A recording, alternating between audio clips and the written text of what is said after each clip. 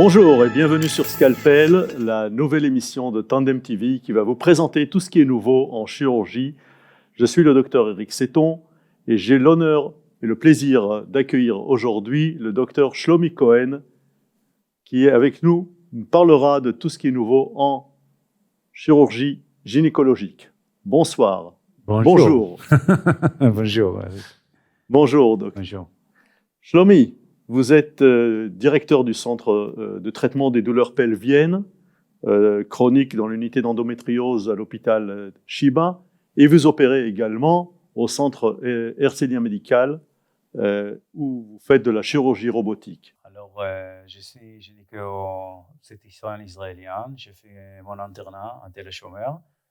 J'ai fini l'internat et ça fait déjà 28 ans que je suis spécialiste de gynéco-obstétrique.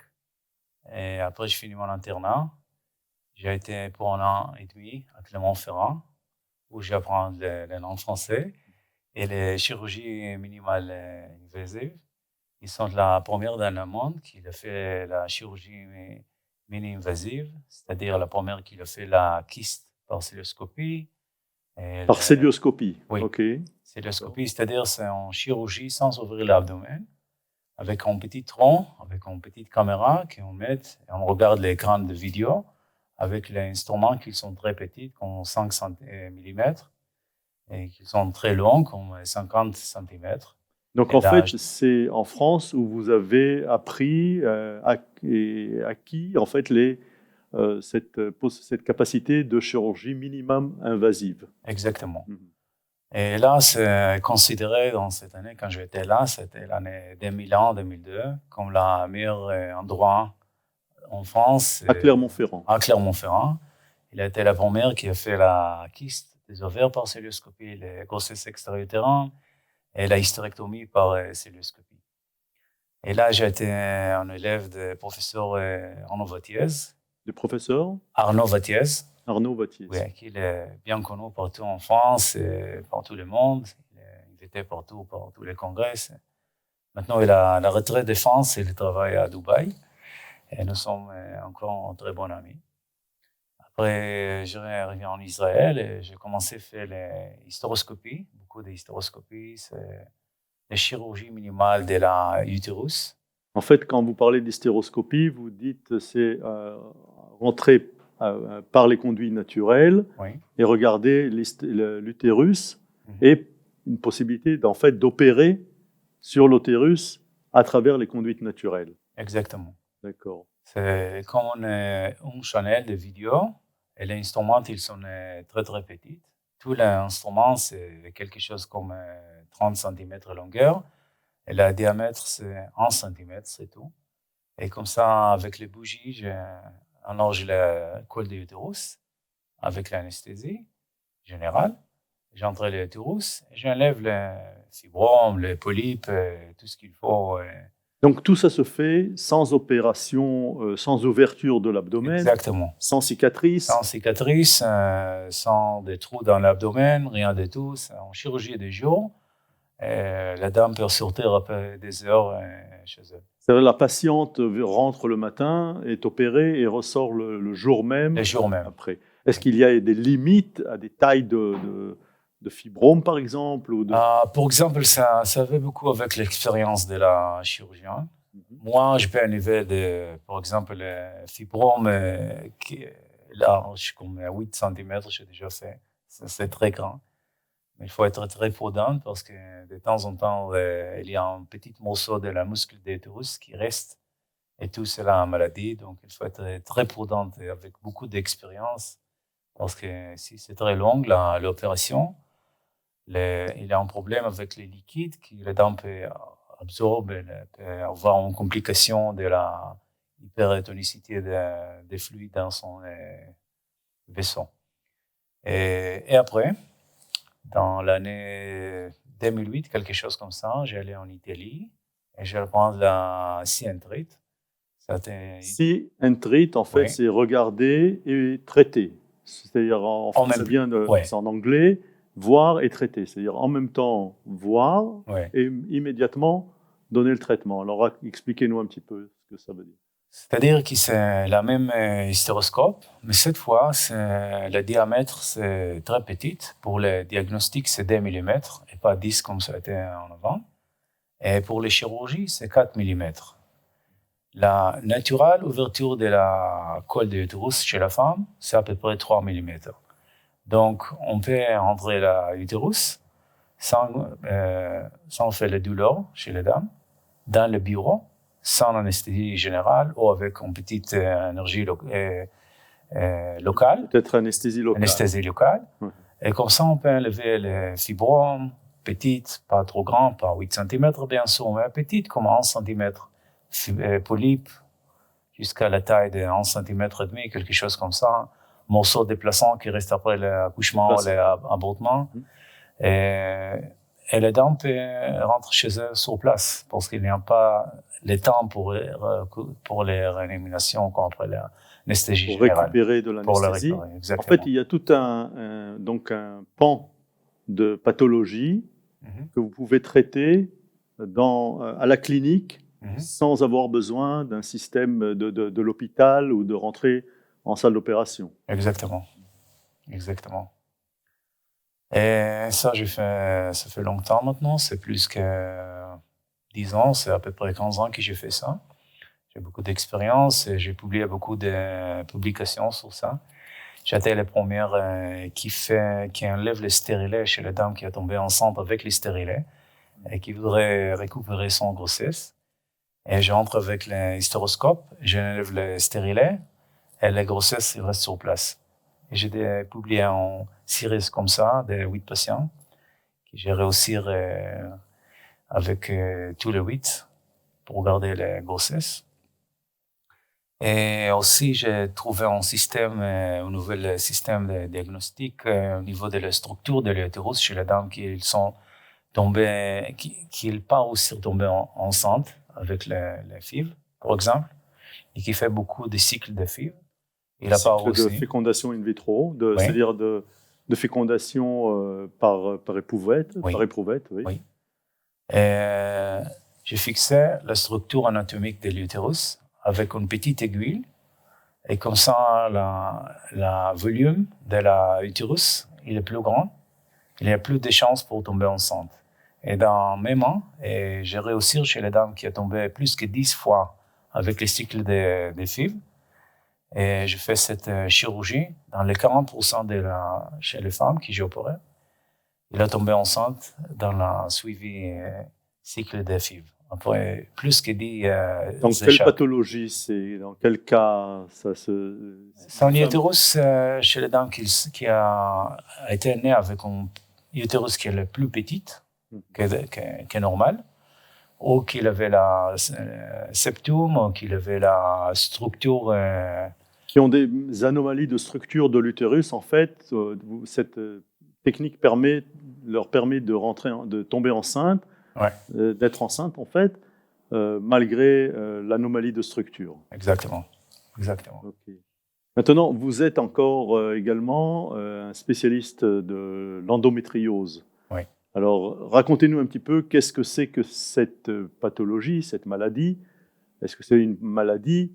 Combien de femmes en sont atteintes et comment ça se déclare? Comment ça se diagnostique? Actuellement, cette maladie, c'est un énorme numéro de patients qui souffrent d'endométriose. Un grand nombre de patients? Oui. On pense aujourd'hui qu'il minimum que 10 ou 15% de la population des femmes qui sont dans les années de fertilité, ils souffrent de l'endométriose.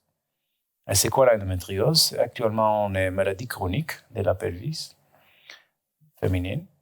Et c'est comme on trouve dans les bassins des femmes des cellules qui sont comme l'endométriome. Ça se déclare par des douleurs d'abord? Ça commence avec les douleurs. Et ça peut commencer dans l'âge de la première cycle et commencer jusqu'à la ménopause. Et de temps en temps, c'est après la ménopause quand même. Et c'est typiquement les douleurs énormes pendant le cycle, pendant l'ovulation, pendant les rapports. Et après quelques années, les traitements ils sont pas effectifs et les dames souffrent tous les mois et tout le temps de la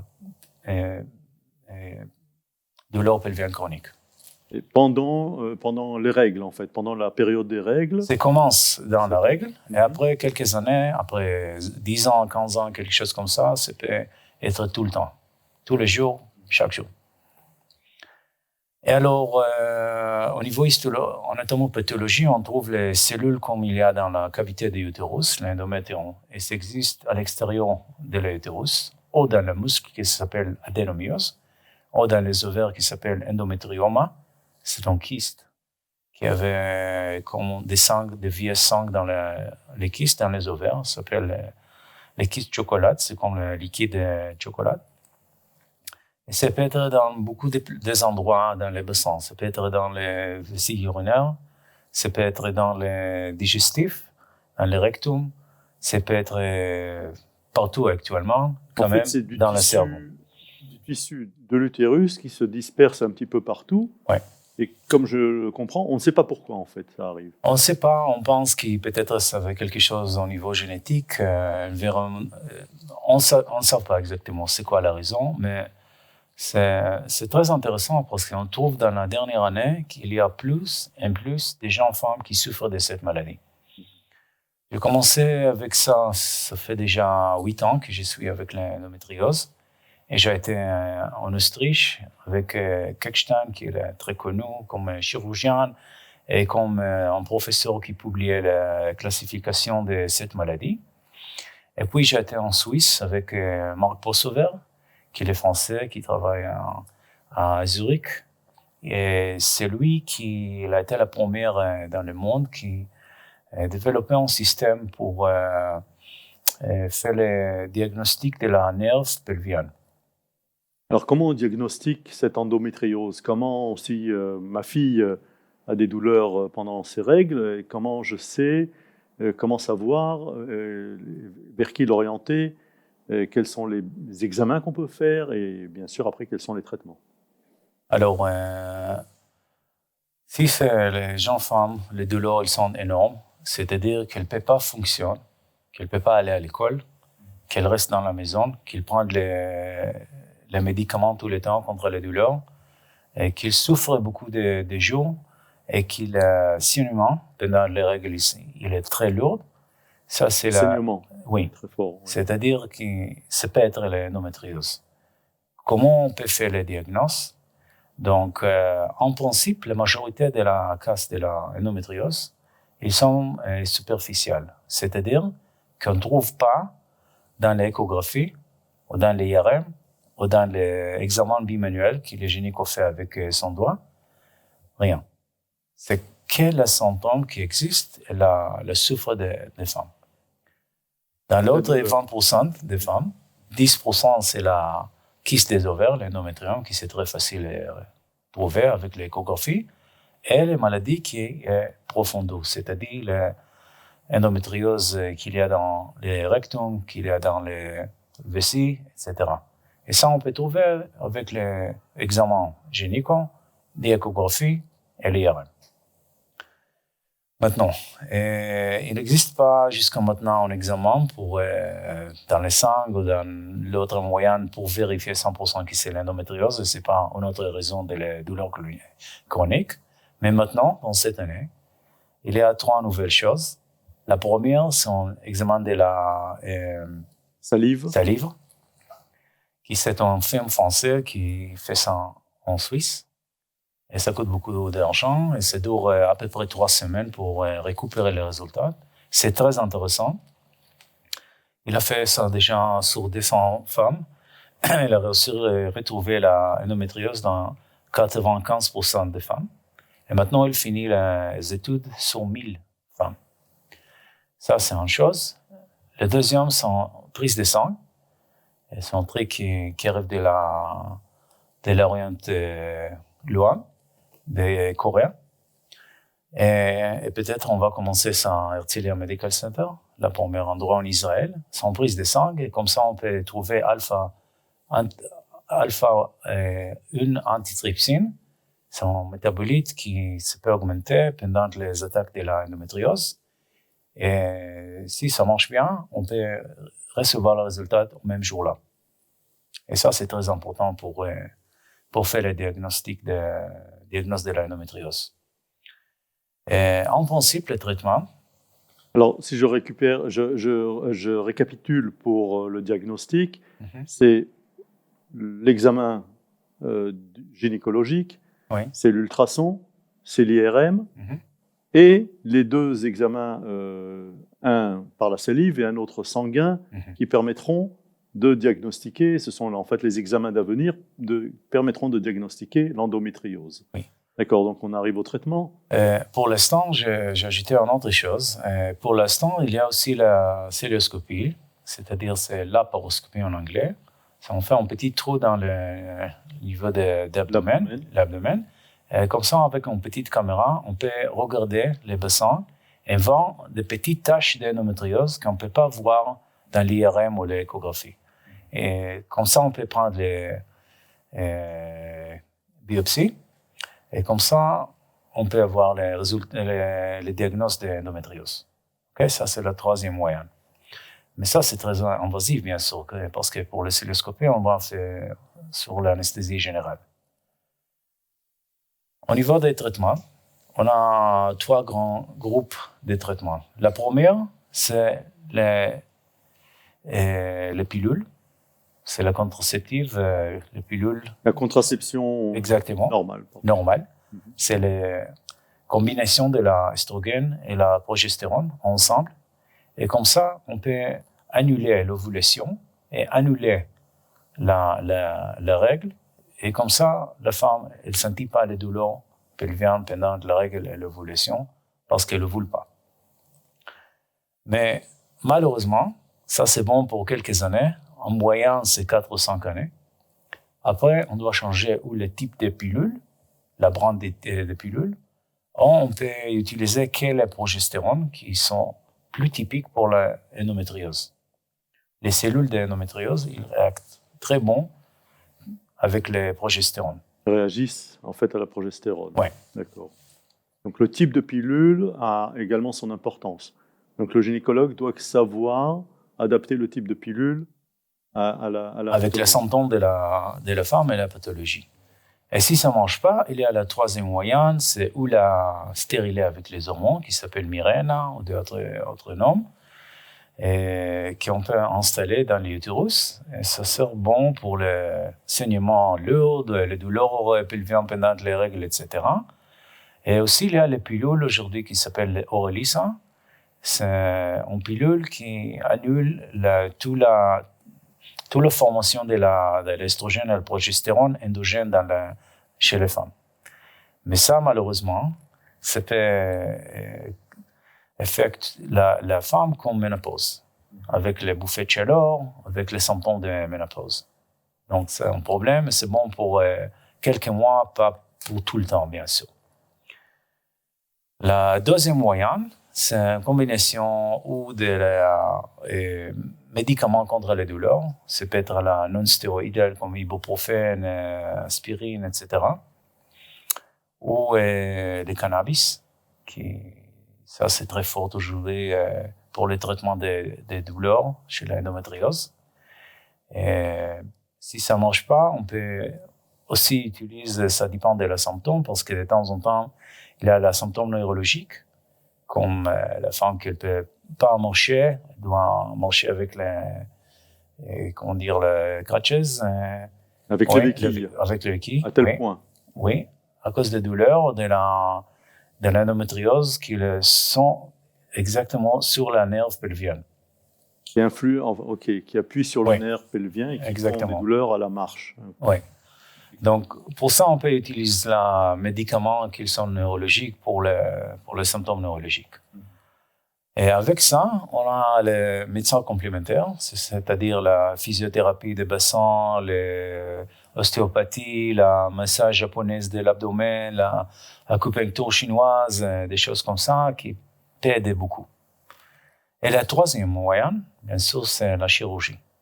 Et ça arrive effectivement après que tous les autres médicaments, tous les autres moyens de la médecine conventionnelle et la médecine complémentaire ne marchent pas.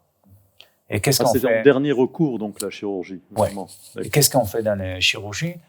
Ce sont des choses simples, c'est-à-dire c'est la maladie superficielle, c'est le petit bouton de la endométriose dans le bassin. On peut enlever avec la cilioscopie, c'est-à-dire avec 3 ou 4 petits trous de 5 mm. On peut gonfler l'abdomen au-dessus de l'anesthésie générale. Ça dure 30 minutes jusqu'à 1 heure. Comme ça, on peut nettoyer l'endométriose. C'est-à-dire vous recherchez toutes les tâches. Toutes les tâches, je les lève. Et s'il y a l'adhérence, parce que c'est aussi un grand problème de cette maladie, il y a des adhérences des utérus sur le quotidien, sur les ovaires, sur les trompes, sur le digestif, etc. On nettoie toutes les adhérences. On enlève les points de l'endométriose. Et comme ça, la femme va sentir bien sûr mieux après les chirurgies. Et après, il y a les chirurgies avancées, c'est avec le robot, la Da Vinci. C'est pour les cas qui sont très compliqués, c'est-à-dire l'endométriose profonde, quand on trouve les grands morceaux des taches d'endométriose, qui sont 2 cm, 3 cm, 4 cm, 5 cm d'endométriose. C'est un grand, très faible morceau d'endométriose qu'il y a entre les vessies, ou de temps en temps, ça peut se fait pénétration dans les vessies, ou dans les digestifs, ou dans le rectum. Et avec le robot, c'est moi-même qui s'assois sur les chaises et j'opère avec mes 2 mains et de mes jambes et je contrôle 4 bras. Un bras, c'est pour la caméra, que je peux voir 3 dimensions. L'autre 2 mains, j'utilise 3 bras qu'il peut bouger dans l'abdomen. Et c'est moi qui fais tous. C'est-à-dire qu'en fait, le robot vous permet d'atteindre des endroits qui sont beaucoup plus difficiles à atteindre. Exactement. En chirurgie générale. Exactement. Et surtout, les instruments, ils sont très flexibles. Il avait les angles qu'il peut bouger, qui les mains, mon main ne peut pas faire avec les instruments qui sont comme ça, linéaires. Il faut expliquer aux téléspectateurs qu'en fait, la structure de l'abdomen, la structure du pelvis, il y a beaucoup d'organes et c'est très difficile en fait de passer les uns derrière les autres. Et donc, le robot, le Da Vinci, vous permet d'arriver à ces structures par derrière, d'avoir une flexibilité plus importante. Oui, parce qu'ils sont très flexibles, les instruments, et qu'ils peuvent faire les mouvements qui moi-même, je ne peux pas faire. C'est quel robot qui peut faire des choses comme ça, qui peut entrer sur le petit tronc ou le nerf, il y a les vaisseaux, des choses comme ça. Elle peut être très prudente. C'est moi-même. Je n'ai pas besoin d'assistant, pas du tout. C'est moi qui fais toutes les chirurgies. Je s'assois sur les chaises. C'est un orchestre, vraiment. Et donc, ça aussi, c'est par pénétration de 3 ou 4... Exactement. Petit trou comme la cilioscopie traditionnelle. Petite perforation, sans ouverture de l'abdomen. Sans ouverture de l'abdomen, exactement. Alors, ça demande beaucoup de temps pour se familiariser avec ce robot? Ça dépend de quelle étape le chirurgien il commençait à faire cette chirurgie. Pour moi, j'étais déjà à 20 ans sur la chirurgie minimale invasive. Donc, pour moi, après quelques fois, j'ai attrapé la chirurgie très, très vite. Et maintenant, la majorité de la casse de l'endométriose profonde, je fais avec le robot. D'accord. Et avec le robot, vous avez également une capacité de voir des structures en 3 dimensions et également avec des couleurs spéciales? De temps en temps, je peux utiliser cette couleur verte. Coloration. Oui, coloration. Et comme ça, je peux voir les nerfs et les vaisseaux, des choses comme ça. C'est très typique pour le robot. C'est plus avancé. Et comme ça, il y a moins de complications, il y a moins d'hémorragie, il y a moins de jours d'hospitalisation après la chirurgie. C'est incroyable parce qu'actuellement, après 12 heures à l'hôpital, les dames rentrent chez eux après l'opération. Après l'opération. Exactement. 12 heures après l'opération. 12 heures après l'opération, elles peuvent rentrer chez elles. Quand même, quand j'ai fait une grande opération avec le robot. C'est une opération qui, avant, nécessitait 2-3 jours d'hospitalisation. Et plus que ça, et quand ça a été avec l'abdomen ouvert, c'était en semaine, plus que ça, avec beaucoup de complications, des infectieuses et des choses comme ça, qui s'est parti maintenant, grâce à Dieu. C'est très intéressant. Et à part ça, vous faites également, vous développez de nouvelles techniques et vous avez une nouvelle technologie que vous faites, en fait, vous mettez sur la recherche. Oui. J'ai une start-up à Herzliya Medical Center. C'est un nouvel truc pour contraceptive. C'est un nouvel appareil sans hormones qu'on met dans le bureau de la médecin avec l'hystéroscope, avec un petit hystéroscope de 2 mm pour chaque côté des trompes. J'ai un petit appareil que je mets dans les trompes. Ça dure 5 minutes. Et je peux retirer ça quand les femmes désirent tomber enceintes. Et pourquoi c'est très bon? Parce que c'est exactement l'endroit où les ovules fertilisés avec le sperme. C'est les endroits exactement où la fertilisation a été faite. Donc c'est la première fois quand il y a quelqu'un moyen qui fait son effet exactement sur la place. C'est dans les recherches, on a fini avec les lapins. Et maintenant, on a tous les droits pour commencer chez les femmes, à Herzliya Medical Center. La première femme, on va faire ça dans 7 mois. D'accord. Alors, vous reviendrez dans quelques mois nous raconter et nous expliquer si ça marche. Et j'espère que Bien sûr. vous aurez Bien sûr. de beaux succès. Dr Shlomi Cohen, merci beaucoup de nous avoir présenté ces dernières nouveautés en chirurgie gynécologique et merci aux téléspectateurs de nous avoir suivis. Et je vous invite à la prochaine émission de Scalpel, l'émission qui va présenter tout ce qui est nouveau en chirurgie.